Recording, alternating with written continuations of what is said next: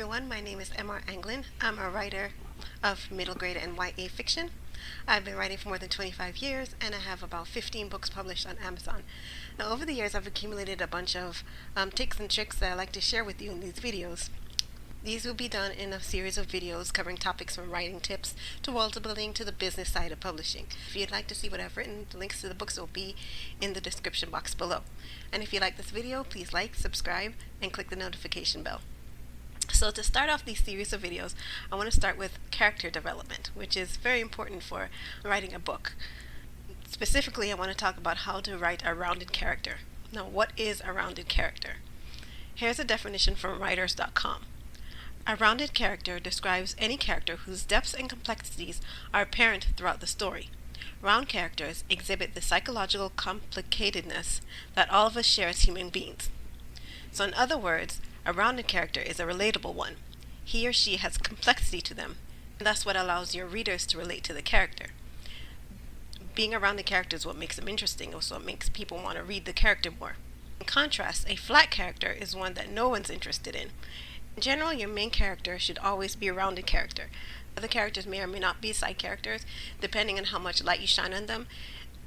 The more light you shine on them, the more important the character is to the story, the more rounded they should be. But not all your characters have to be. Some of them are just in the background. You don't have to put character development into every character that you write. So your characters, your main character, should not be a stereotype of a person. People in real life don't have just one character trait. They're deep and complex. So your character might start out the story flat and uninteresting, but that's only because we as readers don't know them yet. The point of creating rounded characters is to make a fictional person mimic a real person, because art reflects life. I'm not talking about making a copy of a real person. You need to craft a character that people can relate to without copying somebody else's character or even copying a person, because you could probably get into trouble with that. To make a character that people can relate to, it doesn't matter what they look like. It doesn't really matter the gender or the race or the nationality or anything like that. That's why a lot of characters that are animals we can relate to. Think of fables. Think of movies like Zootopia, for example.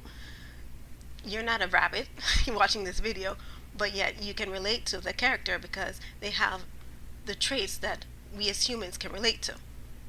What matters is the human experience, bringing out traits that anyone can relate to no matter who they are.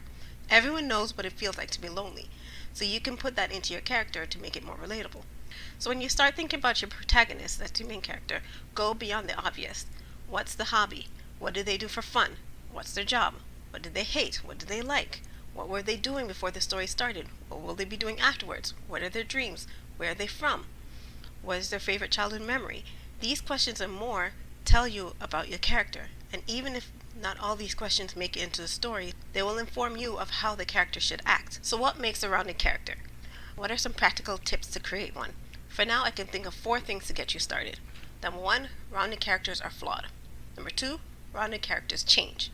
Number 3, rounded characters have motivations. And number 4, rounded characters move the plot forward.